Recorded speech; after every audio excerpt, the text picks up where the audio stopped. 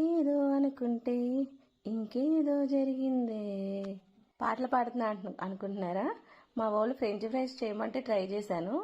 చేస్తే వాటి పరిస్థితి చూడండి. మనం నార్మల్గా ఏం చేస్తాం, ఇవి ఫ్రెంచ్ ఫ్రైస్ లాగా కట్ చేసేసుకుని వాటర్లో బాగా కడిగేసి ఫస్ట్ బాయిల్ చేస్తాం కదా సాల్ట్ వాటర్లో.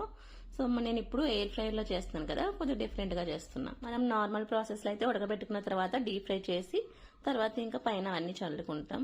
బట్ దీనికి ఏంటంటే మనం తీయం కదా, అందుకని అన్ని ఒకసారి కలిపేసా. సాల్ట్, కారం, కార్న్ఫ్లోర్ కలిపేసి అందులో వేసేసి ఆయిల్ వేసాను. నాకు తెలిసి ఇవి లావుగా కట్ చేసేసినట్టున్నాను, ఇంకా కొద్దిగా సన్నంగా కట్ చేస్తే బాగుండి అనిపించింది.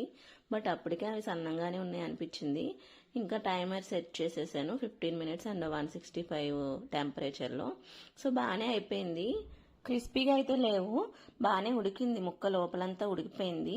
మా వాడికి బయట ఫ్రెంచ్ ఫ్రైస్ అంటే చాలా ఇష్టం. సో అవే అనుకుని అలా వస్తాయి అనుకున్నాడు, బట్ ఇవి చూసాక అప్సెట్ అయ్యాడు. ఎలా అయితే కొన్ని తిన్నాడు, మిగతా వదిలేశాడు, కారంగా ఉందని.